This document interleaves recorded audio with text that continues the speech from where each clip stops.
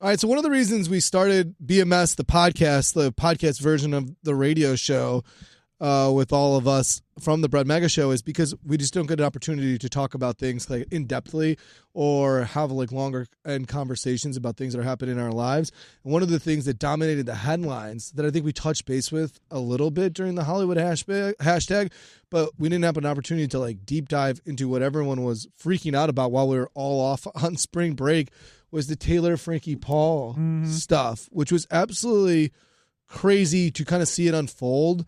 I think for a couple of different reasons. I think it was kind of crazy to see because The Bachelorette is such a big show. The Secret Lives of Mormon Wives is a pretty big show. And then to see it all kind of unfold and like weeks before it was about to happen, we never got a really opportunity to kind of like really talk about our feelings and thoughts while we watched that happen, especially after spring break. Yeah, I was majorly consumed by this whole thing during spring break because I actively was watching season 4, the brand new season of Secret Lives of Mormon Wives, as this was coming out. So it was really weird for me to keep like going to the different parallels, and it made it even sadder because in season 4, which is prepping Taylor to go to the Bachelorette, all of the Mormon wives kept saying like, we want this to be a good experience for her. We're worried about her. Like, we want her to finally break free from all this toxicity from Dakota.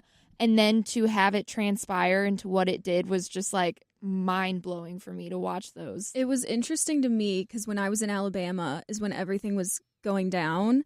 And it felt like every hour there was a new update. And it's like, it's not all the time that me and both my friends all care about the same like pop culture stuff that are going on. But with this, we were all so locked in. So like we would be at lunch or we would be at dinner and be like, oh my gosh, she just lost custody. Oh my gosh, this just happened. Because it was literally anything you would open. It was a domino effect. Yeah, anything on social media, it was about her. What did you guys talk about with it? Did you guys just inform each other? Do all of you guys watch like Hannah? No, I only watched, I think, the first 2 seasons, and then you didn't watch last season. I didn't watch last season or this new season. But I've never liked Taylor. Do you like any of them? No? Not really, but her especially. She's always rubbed me the wrong way, and so when they announced her as the Bachelorette, I knew from the beginning something is going to go wrong. And because I mean, she is just a magnet for controversy, and she doesn't care. Like she will be like. Do you like any of them? Why do you watch it? I do. So I'm not really even a reality TV show person, but for some reason I've always liked the show. And I actually used to be, like, I liked Taylor. She was one of my favorite ones on the show. She is dramatic and she does have a lot going on, but I always felt and I always appreciated that she was transparent. A lot of the other Mormon wives were basic, like, reality wives. Like, they were very, like, buttoned up and only wanted to do things and say things in a certain way and seemed fake. And Taylor would be raw. And she was messy, but it was, I appreciated as a viewer that she opened up herself enough to be messy. I think that's why people in season 1 really liked her because she was so honest. But now we're on season 4, season 5. She hasn't grown as a person. So now it's like, well, she's just being honest, but she's also still doing awful things. So how can you be a fan of her anymore? But don't you think that's kind of what ABC wanted? They wanted that for The Bachelorette. They wanted the controversy. And obviously, they knew there was baggage here. They knew these videos existed. They knew the crazy. Maybe they were hoping that it wouldn't be this crazy, or maybe they were hoping that, okay, we'll put it out there, and if somebody does show the video again, we'll move past it. But there must have been something that just kind of led them to go, we're pulling. I just keep thinking if she was a man and she had domestic violence or whatever charges against her a couple years ago, he would not be the Bachelor. And that makes me so mad that they still were like, let's sweep it under the rug. If she was a man, there's no way. Well, I have a clip here that breaks down how much money ABC bet on her and bet on, like, them going outside the franchise because they've never done that before, right? Yeah. So usually how The Bachelor works is if you were on the season of The Bachelor, then you become the Bachelorette. You competed for the guy, and then the guys who competed for the Bachelorette a lot of times become the Bachelor. They always stay in house. It's almost incestuous, but yes, it makes total sense because these people they know the game. They know this whole Bachelor thing. So they took a big risk by going outside the franchise, and then this is how much money goes into one of these reality shows. Taylor Frankie Paul just cost ABC around $100 million. So here's a breakdown of all of the costs lost after filming and then canceling this past season. First and foremost, you have production. Each episode typically costs around $2 million. There are usually 11 to 12 episodes per season. So the estimated total production cost of the entire season is anywhere between $20 to $25 million. And that's just production. The next thing is lost advertising revenue. This is the doozy. Now, historically, the Bachelor/Bachelorette franchise brings in around $96 million in ad revenue each season. So that's revenue ABC was expected to make, and now it's pretty much down the drain. Some ad dollars, however, can be reallocated to other shows on ABC, but it's safe to say that the net revenue they will be losing out on is anywhere between $40 million to $80 million. Yikes. Next is marketing and promotion spend. They had already shot promos, bought ad placements, and pushed out tons of press and PR. This is estimated to cost anywhere between $5 to $10 million. Then, of course, you have talent. Let's start with the host, Jesse Palmer. His salary is definitely in the millions per season. Taylor makes upwards $250,000 for all the episodes she shot this season. And then you have crew retainers and post-production costs that are already completed. Let's call it $2 to $5 million lost on talent and crew alone. Which brings me to the total estimated financial impact of Taylor Frankie Paul being terrible and ABC having to cancel this season, anywhere between $65 to $100 million in losses. Crazy. What happens? Like, now what happens? Yeah. Like, that's just crazy. Like, is Taylor going to be financially responsible to pay some of these things back? Like, what happens? I don't know what happens for the next season of The Bachelor or The Bachelorette. How do you come back from this and go, okay, now we found one that we like. I wonder if they'll try. I wonder if they'll try to do someone outside the franchise ever again, or if they're like, we learned our lesson. Okay. A couple of things with the outside the franchise. I'm curious if one of the reasons we're seeing this happen is the success of Traders, where they're combining reality TV shows and it's bringing unique people to the show that they haven't seen before. The Bachelor and Bachelorette is weird because it used to be like the number one show on TV and it still does really well. But when you get to a certain point, it's really hard to attract the new audience. If you watch The Bachelor or Bachelorette, you kind of it is hard to just like get in new there. People. I never would have watched The Bachelorette, but when I heard Taylor Frankie Paul, someone else I knew, I was like, oh, okay, finally, yeah, I'll watch it. I think they should go outside the franchise again, but I think no matter what ABC does at this point, people are going to be side-eyeing them after all this. Okay, here's the thing, though. I don't feel like I'm seeing a lot of backlash for ABC. I feel like everything I'm seeing is around Taylor Frankie Paul. Like, Hannah just said a line that I was interesting. Like, is she responsible? Why would she be responsible for something she's already going through? Whatever legal situation that our judicial system has for her, she needs to handle that. But she didn't do anything. She did something years ago. It got leaked. She is having to go through whatever legal process to pay that back to what she's due to society. But for ABC, it's on them. You picked out the talent. Right. You invested in them. But see, that's the thing. But I feel like ABC there's not a lot of backlash for ABC, which I'm not defending her at all because I haven't watched a single second of her Secret Lives of Mormon Wives. I don't know her at all. And so, I've watched the video, and that video is horrible. I don't condone any of the actions that she has made, but for some reason, I feel like she is unfairly getting criticized when ABC should be getting more criticism. ABC knew this video existed. They knew that she was under investigation, and they didn't give a shit. Yeah. They greenlit it, and we're going to invest all of this money, time and energy into production costs and people, and could be even risking people's livelihood too, because what I think The Bachelorette and Bachelor will continue whatever. I think it's not going anywhere because we've gone through like racism with Chris Harrison. We've seen them go through controversy before, but it does feel like it's in a place where it feels very icky and society might see it morph. And what is this crew going to do? What's this cast going to do? And I think maybe their hope was, okay, we cast her, even with this baggage, even with this video, she's changed. We're going to show you that she's changed. They've probably filmed a lot of it and then realized she hasn't changed. In fact, she's worse. Yeah, they want her. I think they figured that out within season. interviews, though. Like, I don't think any, like me, I talked the other day about how she stormed off set after being questioned about, this 2023 incident. That is not shocking to me. Like, that, nothing is shocking to me so far. They knew she was crazy. They knew she was unstable. They knew she was arrested for this. And they wanted that. They wanted it. I know. I feel like they were hoping it was less. I feel like they wanted to get in the headlines and kind of play with the drama. And I don't think they realized how deep it really went. I think they were trying to make a money grab, and they realized oh shit, this is way deeper than a money grab. This is a very mentally unwell person that is not good. Jesse Palmer talked about how he would call his wife every single day after filming and be like, man, this was the craziest day. I know we always say this stuff on The Bachelor and Bachelorette, but this was the craziest day. But a lot of people talked about how ABC wanted this and wanted this. I saw this on Instagram, and it really pointed out to me why they wanted it. Is one of the things they talk about is how to cut through with new people and new audience and gain new attention.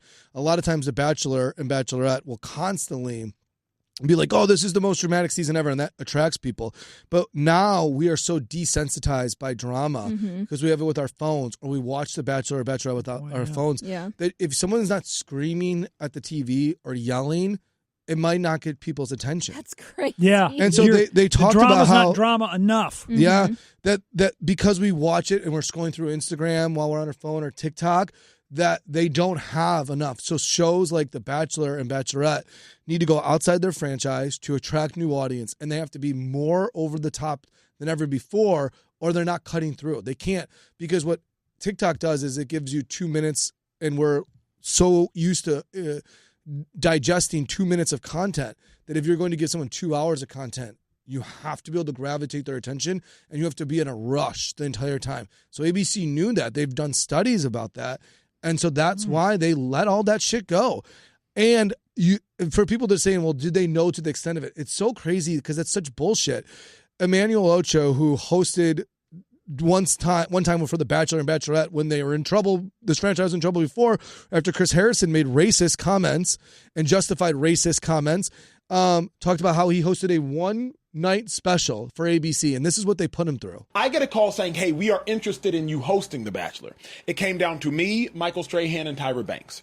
They wanted to keep it in the ABC family. Michael Strahan hosted Good Morning America. Tyra Banks at the time hosted Dancing with the Stars. I said, you can find somebody more famous than me. You won't find anybody better than me. Ultimately, they asked me to end up hosting it. But before they asked me to end up hosting it, severe background check after background check after background check. Not only do they do that, they give me a whole booklet in order to host just this one episode and debrief me on all of that. Not only do they do that, they give me all of the DVDs of the packages from every character that I'm going to have to talk to during the course of their season to make sure that I am well prepped, as they have completely studied me and my history. I say that to say the franchise knew everything you needed to know about this woman, and they turned a blind eye. And that is what, to me, is disgusting. And as soon as they found out this video existed, they were like, uh-oh, we just got caught. And I'm tired of seeing it, because we saw it in the NFL too. When Ray Rice hit his romantic partner, it was a 2-game suspension. When the video came out and we saw him knock her out in the elevator and drag her by her hair, he never played in the NFL again. Stop waiting for videos to be released to punish people when you already know the integral thing to do. It's because of the court of public opinion. They knew about it. They're like, well, look away. Yeah. But then once the video got leaked, all of a sudden they freaked out and they said, okay. Because they realized it's going to make them look bad. But you know what's crazy is it canceled the season. You know what it canceled the season on? You know who got the season canceled? People who are never going to watch The Bachelor. The people who care about what they saw in that video were probably not Bachelor and Bachelorette fans before, because The Bachelor and Bachelorette have been through this road before, and they look the other way all the time. They're the Ravens fans, like he mentions with the Ray Rice thing. They were like, I would cheer for them anyways. And then all of a sudden the video comes out, and it's the people who are like, guys, this is disgusting. Like, oh, all right. So many people are outraged. They weren't going to tune it off. If they would have ran this season, it would have. If they didn't cancel it, they would have gotten the highest ratings they've ever would have gotten. I agree. Which is crazy and disturbing. Insane, but yeah. It is crazy and disturbing. It's something we didn't get a chance to talk about on the show, like in-depthly, because there's so much to unpackage with the Taylor Frankie Paul situation. You know, one of the other things we didn't get a chance to talk to about, and it's honestly one of the polls that has driven me crazy because it's the most ridiculous answer you guys have ever given. When I asked the question of, would you rather know the date of your death or how you die? every single one of you guys said how you would die instead of knowing your date. And that still makes zero sense to me. I hated that poll. Yeah.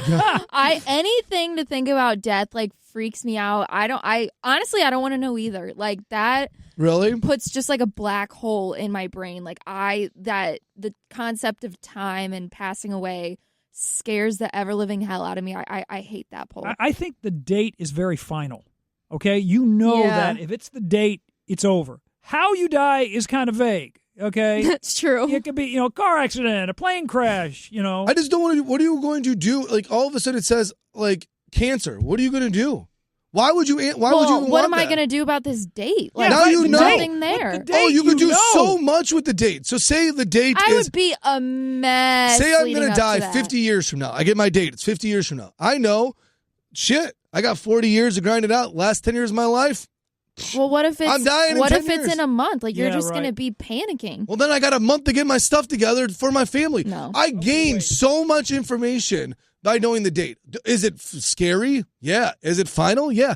But I gain everything in my life by getting the date to my death. It's something I think we all should want to know because then we can do something with it. We can make sure your family can't live in the present, though. Yeah. Like if you know, No way. No, if you know I'm dying in a month, you can't live in the today because then you're just freaked out for You're that rushing, month, rushing, and then rushing, your rushing. kids Why are is going to remember everyone this dying in weird a month? version. No one's going to get a date that's a month. say it's You don't know that. Say it's 70 years down the line. Yeah, okay? then I'm good. Then I'm going to take some more chances in my life. I was going to say, are you allowed then to go, hey, I'm bulletproof for 70 years? I'm jumping off this cliff. Yes. Come on. All this information you've just gained, exactly. No, you've there's just no become way. you just No. became freaking bulletproof. Yes, that's what I'm saying. All the cool shit you can do now because of the date. You'll be like taking huge risks. Like you see a rhino coming at you, you're like, "Fuck that! I know my date. Something's about to intervene." They make those mistakes all the time. This is This is like an episode of Black Mirror. I don't like They that. accidentally give you the wrong date. Right. Oh, I'm They sorry. can accidentally give you the that wrong was date. for the other Brett Mega, not that one. I this hate one. this. This is Black Mirror. No, I can see the episode of Black Mirror. Like everybody has the numbers above their head of how many days they have left, and Yes. it's almost like a competition. You're like, wait, shoot, you have like a couple more years than me. Right. Like, Yeah. Then people would be so trying to kill weird. each other. You Yeah. would, but you have to make a choice. You would rather know, like, heart attack. What are you going to do with that information? That is useless. I don't And want to be able to do anything with this information. Wouldn't it freak you out, though, knowing, but you have to know one of the two, and you're going to choose the one, because then you don't know. I turn my brain off. So what I if have your to. answer is, like, car accident, and you're like, well, what are you going to do? You're going to be freaked out and never get in a car again? Or if it's a heart attack, you're just going to be, like, walking around grabbing your chest? Right. What do you... I would rather do Man, I'm the that one than that be kills like, you. Jesus, I have 2 days left. You wouldn't know what you have. You just know how you're going to die. If it said car accident, would you get in a car again? I wouldn't do. If I found out either one of these things, You I'm have done. to. The If game it's was... a car accident, I would be a great biker. And I would just start biking to work every single day. What are they going to do if I never get in a I would car be- again? What are I they get gonna hit do? by a car on my bike. Yeah, Yes. that's crazy. You know, it's a story that I never got to. By the way, speaking of just like crazy car accidents, I have never gotten to this story, and I don't know why this triggered me. And it's a horrible, morbid story. Oh my but gosh. a husband and wife died at the same exact intersection 2 years later. The exact same Oh my crossroad. my God. gosh. She Well, got that was it- probably Wow. purposely. She got into a what?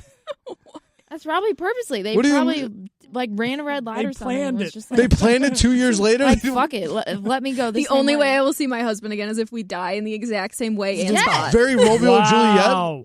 Yes. That was crazy. But anyways, his wife was in an accident, and then he was biking, and he got hit by a car at I the actually- exact same intersection. One time I 2 saw years someone- later on the exact same day, I think. One time Oh, I saw wow. someone walking their dog and someone hit him with their car. Why have you never said that before?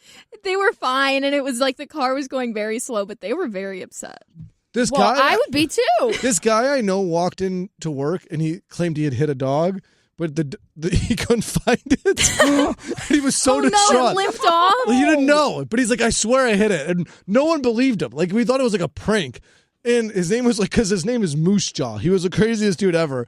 And he goes, I hit a dog, but I can't find it. I wouldn't even tell anybody that. I know, like, it was a crazy story. But yeah, he claimed he had hit a dog, and then he couldn't find it if it like ran off or not. Speechless for Yeah, Moose pretty Jaw. much. I'm still going with the cause of death. I think that is the best way to go because if you have to choose the two, that is still the most ridiculous answer. Old age or natural causes. Perfect. Yeah. Cool. Then you know. Lottery. Bingo. Yeah, but if you get all you do is find out how you're going to die, and now you're just freaked out the rest of your life. I wouldn't be freaked out if it was just natural causes in my sleep. That'd awesome. You could still technically never sleep you can again. still do the same stuff. Okay, like you have your date. Okay, let's say it's 70 years from now. You have your date. Yes. Okay, I'm gonna be Superman. I'm jumping out of planes because I don't die until I'm whatever. Okay, fine. Same thing with my thing. Okay, say it's high cholesterol. Only I could still be bulletproof. First off, something can happen with your cholesterol at any time. But like only if it's natural causes is the only way. You could get a car accident, heart attack, cancer, and then you have what are you going to do with that information? You're going to do nothing with it. Mine, you could go jump out of planes like instantly. Like I know I got 30 more years. I don't need to be doing all that. Yeah. Why? Because you're lazy? I just need to be in my bed and see my friends. Gosh. Kevin, I'm worried. Are you worried that you're going to die from high cholesterol? Probably, but I don't have the date or the time or the exact cause, so I'm not worried about it. I take care of myself. Does anyone have dreams that take place in the same exact place? Speaking of being in your This bed. is another Black Mirror topic. I'm going to be freaked out for the rest of the day after talking about all this. Yes, all the time I dream I'm at Six Flags. Like, without a doubt. That's where I'm at. In your dream? Particular ride? That's where it always takes place? Like, what is happening? Like, Yeah, is the ride different? I'm always in the time tunnel. I'm never on I'm always on the mine train. a roller coaster. That would be better. It's just different areas around the park. I grew up going to Six Flags so often that I know everything about the park. I know where you can go under certain signs to get to other rides. I know where all the restaurants are. I'm just like, all my senses are so locked in with Six Flags that's where my dreams are. So I'm usually just like wandering around, or I'm lost in the park. I'm alone in the park. Not really good things. I mean, that sounds creepy. Yeah. Is your dream to eventually own the park? No. No. But I don't know why they're always there. What? So each of them are different, like themes, like you said, like Lost and things like that. I can't remember any of my dreams. I mean, do you remember? How often do you remember your dreams, then, Hannah? I probably have a nightmare 3 times out of the week, so I'll always remember those. But it's always involving Six Flags. Yes. Really? Maybe something horrible happened to me at Six Flags. I just don't remember. Yeah, you just blacked it out. I don't know. It but comes back in dreams. I love Six Flags. I'm really sad about all the news about it recently and everything. But yeah, for some reason, my dreams always take place. Has that triggered more because it's in the news? Because they're selling and changing. It hasn't really changed. They're just always there. Does anyone else have that happen? I don't have a dream that takes place. I had a reoccurring dream as a kid, but it wasn't. I don't know, but I was still in my bedroom, in like my childhood bedroom, and it was like this little boy with a knife standing in my doorway. And I used to have that all the time. Oh my gosh. What does that mean? I don't know. I'm going to Google it right now. Little boy with a knife standing in the bedroom dream? He would either be standing in my doorway or he'd be sitting on like the foot of my bed.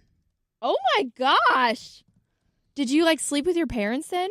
No, I was fine for some reason. You liked him? Wow. You befriended him? But like he never did anything. He would just like stand there or sit there. It does. And then eventually he went away. It does have a meaning if you guys want to know. Protecting? Are you guys ready? It's funny for AB. Repressed anger. As a kid, though? Yeah, dream about a little boy with a knife often symbolizes repressed anger, fear, or sense of vulnerability, representing a threatening, immature aspect of your life or personality. So suggests you need to address hidden dangers or potential betrayal, unresolved internal conflicts. Ooh. I don't know that was true of me in elementary school. Though. Do you want to unpack some stuff? Elementary school is a time where kids really get angry. Yeah. Like, you probably don't remember it now, but you're probably still suppressing it. Your feelings are strong. Exactly. I was never an angry kid. I was an anxious kid. So I don't know if you can spin that in some way. Did your parents ever deny you a time like you wanted to really go to McDonald's and they said no? And yeah, all the time. That was probably it. That's repressed anger. That's it. You feel stuff really, really strong. Like, I remember I'd get so upset if I didn't get something from the book fair. Oh my gosh, I thought that was the end of the world. But those are big feelings that you have when you're little. So that could be boy with a knife. Maybe that's we need it. to unpack some of your life here, yeah. AV, and find out what's anger you're suppressed. Yeah. And was it really McDonald's? Could have been. Win. Who's to say? AB was like a Disney Channel child, and when you're like one of those Disney Channel childs, you think they just live like happy, but everything's all but they're all fucking good. the ones that are staying there with the knife. That's right. and Yeah. everything. It's not the best of both worlds. It's the Disney kids with the knives. The Disney stuff though that is going viral right now and everyone's talking about is the Hannah Montana special with Miley and things like that. And there was conversations about who should be on the Mount Rushmore, and Raven Simone said Raven, and Hillary, she felt like should be on it. And then Demi had talked about who she felt like it was different eras. Who do you think is the GOAT of Disney Channel, though? Greatest of all time. Kind of like how people always compare Jordan to being the GOAT. Is there a Disney GOAT? Miley Cyrus. You think it's Miley? Yeah, I mean, she's huge to come out of Disney Channel. Hannah Montana, obviously huge. They just had their 20th anniversary. Miley's own career, like even when she was a Disney kid, she was super successful musically as well. She had movies, shows. I don't think she's the music. most successful person to come from Disney. Whoever said Hillary Duff is a clown. No. Definitely not Hillary Duff. Somebody's going to start somewhere. Well, so here, for me, I don't think you can argue who the most successful person to come from Disney. The hardest is the greatest of all time. For me, the most successful person to come from Disney is, and you can't even argue it. Zendaya. No, it's Selena Gomez. So I was going to say Selena. I disagree with that. How? She's a billionaire. No. She's had a successful career. She's had a successful acting career. And she still embraces Disney. That's yeah. Even though Selena is without a doubt the most success. You can't argue the success. Yeah, even though Miley does now. Over Miley Cyrus? Yes, over Miley. She has more money, more businesses, more acting, more everything. Didn't have to go through the breakup phase. She didn't have to go through the I got to be a little crazy or whatever. I don't respect Disney. Yeah, kind like of thing. Miley that is a signature of Disney. Yeah, and Selena didn't do that, and because Selena didn't do that, that puts her, I think, above a Miley. I think it's in. I don't know, because with the 20th anniversary of Hannah Montana, I think that has been made a bigger deal than the fact that Wizards of Waverly Place was rebooted and had 2 whole seasons, and you kind of never heard about it. No, and I Selena didn't was know in that, but people. I mean, I watched the first season; it was fine, it was whatever, but people didn't really care. People care about but Hannah people Montana. care about Miley. That's because it's a Montana. one-time anniversary special. Well, in the way they're even doing it. though That's completely different Hannah than a reboot. Montana was level 10, Wizards of Waverly Place was level 5, maybe. Yeah. Like, people didn't give a shit about Wizards of Waverly Place. Yeah, Even- speak for yourself. Even, okay, but generally, like Disney Channel fans, you think they cared more about Waverly Place? No I way. think a lot of people did, yeah. No, I would agree with Hannah that Hannah Montana is a bigger show. So I would think you can't argue who's the most successful. I think in terms of career and business, money, recognition, it's Selena. I mean, the fact that she's doing multiple TV shows, multiple things, and then has the business she has, plus she's married Benny Blanco, who I have a man crush on. Like, it's hard to argue success beyond Disney. But I do think I go back to what Hannah has said is, when you think of Disney, I don't necessarily know if you associate Selena Gomez, because I honestly think Selena Gomez is so successful beyond Disney. I was going to say. So is Zendaya, though. And so is Zendaya. So I don't think you can consider them. I honestly think you have to think of the people when you think of the Disney Channel, who do you think of? I think the Hillary Duff stuff is because they paved the way. If we don't have Lizzie McGuire, we probably don't get Hannah Montana. And so that's why they put her there. But I think Hillary's just not as big. For me, the GOAT is Britney Spears. When you think of Disney, you think she came up through the Disney Channel. I have never thought of her when I've thought of Disney. She's Neither the have I. biggest think, one, no. Mickey Mouse Club. It is Britney Spears. She's the GOAT when it comes to Disney. I didn't even realize she was from Mickey Mouse Club. Britney and Justin is what started it all. And Justin Timberlake and Britney Spears paved the way. If none of those come out of the Mickey Mouse argument, Club, though, just because they were like the first and paved the. I'm like, whatever. Then people always argue that when it comes to the No, first. that's stupid. Whenever you're the first to do it, it's so hard to pass anyone who's ever done it beyond. They've that. had way too much happen in their careers to even look at the blip of Disney, though. Like, nobody thinks of them with it's Disney like, anymore. then I think you should throw Ryan Gosling in there, too, because he was part of that early Mickey Mouse days. Yeah, but I think Britney and Christina and Justin are like the ones that came from Mickey Mouse Club and separated. And that's what, when they did that, that's what then people said, we can do that with Miley. We can do it with the Jonas Brothers. We can have you break off from this cute Disney world And they used the same blueprint. It was make a song about sex and make it really sexy. Hit Me Baby One More Time just became a different version of Ariana Grande's and from the Nickelodeon versions to the Miley Cyrus's on the Disney. All these kid TV shows, so it's, oh my God, we can do this because Britney is what started it all. But we can even go further back. You can look at someone like Kurt Russell, who started doing then Kevin goes real history. I mean, now I'd go even further back and tell you Annette Funicello from the original Mickey Mouse Club would be like, that's your ideal. Who do you have as the GOAT? Who do you think? I said Selena. I think Selena Gomez is, but I think Zendaya is a great. I think Zendaya case is in the there biggest. too. Zendaya is good, but I don't think she's the biggest. No, I think she's bigger than Miley. No. If you were ranking career, so this is after career. Yeah. Selena, I think, is the most successful career, given the fact that she's won Emmys. I think she's worth $1 billion. I think her rare beauty puts her high. Yeah, like the money she's worth. So I think Selena. I think Miley at number 2. Her music is so big, like so big. She has so many albums. Yeah, I think Miley's number 2. I honestly think I think Zendaya and Sabrina Carpenter both have a chance to get there, but they're not. They're not there yet. In the top 3. So then I would put some old school like Britney Spears or Christina in the Mickey Mouse clubs. Beyond, like, we're just talking about successful careers that came from Disney, and that's what started their path. You can't. I think Britney is what started it, and I rank her as the GOAT. But if you're talking about successful careers, Britney had a more successful career. I don't know if I would say Christina did than Zendaya is where she's at right now. I think Sabrina and Zendaya are close, but they haven't done enough yet. Random. Is Mickey Mouse Club the show that used to be like in a theater? What show was that? I don't even know. What do you mean by the? I don't know. Like it's like it's in my brain. Something nostalgic. It was a Disney show where it was like in a theater, and they went through and like it would have like Mickey Mouse and Donald Duck and all the people, and then it was a show. What was that? Like, who's the leader of the club that's made for you and me? That's the original one. MICKEY. Yeah. It was some type of show. And then there's the House of Mouse, but those were all the characters. Those were all cartoons. House of Mouse, maybe that was it. But I put Zendaya in the same category as Sabrina. She has not done enough, I think. She has like 6 huge movies coming out this year. I do think what's interesting, though, is she is the greatest actress to come from it, right? I don't know what anyone else. As far as the best, as far as the most, probably, yeah. I honestly, and I do respect Zendaya's trajectory. I think Zendaya could win Oscars. I think she's really, really talented. I just don't think she's done enough to be considered the GOAT.